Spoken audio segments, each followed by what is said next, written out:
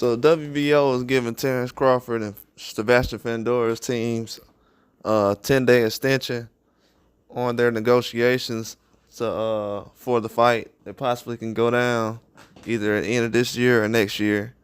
They said the fighters have until October 10th to agree to some kind of fight agreement before the purse bids will be ordered. So right now, it looks like Terence Crawford is in negotiations with Sebastian Fundora, and that fight could possibly be next. If not, Sebastian Fundora won't have a belt if he can't put something together and go through with the purse bids. If he pulls out his negotiations or the purse bids, he's gonna end up losing the belt eventually. So this is a mandatory that's gonna be placed down. And right now, I'm hearing a lot of people say as far as Charlo or Spence being next. I don't know about that particularly because if Spence and Fundora was going to fight, that would have happened in October as planned. But with that being pushed back, to be honest with you, Fundora and Tim Tszyu could have ran a rematch back in October. Tim Tszyu's going to fight before Fundora will. So that fight could have actually went down. But now, when you actually look at things, doesn't look like they have many options right now outside of Terence Crawford if you're Sebastian Fundora's team. So that's a fight that they're going to try to make. They really have no choice at this point. Now with the Canelo Alvarez fight not being actually looked toward being made with Terence Crawford, I think he's just going to move on at this point and stay active fighting at 154 until he gets an option of fighting Canelo, which I don't know. It looks like a long shot, to be honest with you. It always was a long shot, but the fight could basically go down between Fundora and Terence Crawford. I'm looking at that to be next. So at that point, then Terence Crawford will only need to fight Tim Tszyu, and that fight can happen. So it's a lot of different things that can go on at 154.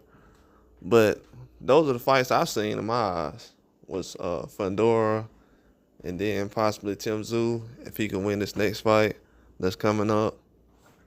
So that'll be two fights that Terence Crawford was looking towards anyways, because even with the Sebastian Fundora and Tim Tszyu fight, he was going to either fight Tim Tszyu or Fundora. So to fight both guys, if that possibly can happen, makes a lot of sense. But 154 is still going to be jam-packed, and it's going to be a lot of different fighters that's going to try to get a belt at 154 if Terence Crawford decides to stay or vacate. I don't see him hanging around that long, but it depends. You know, the money, it all depends about the money. I know a lot of people saying that Terence Crawford was looking for a payday from Canelo Alvarez.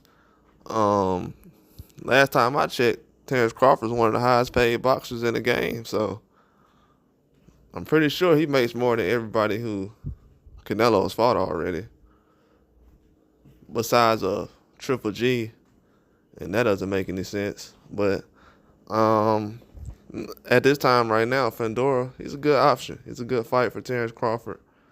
I think the fans will be very interested in that matchup. A lot of people would say that's a 50-50 fight right now, but Terence Crawford would be the favorite. But that's a good fight, man. I'm glad they're doing the negotiations right now, which makes a lot of sense. Just because of Fundora not being in the ring since, March? That's a long time to be out.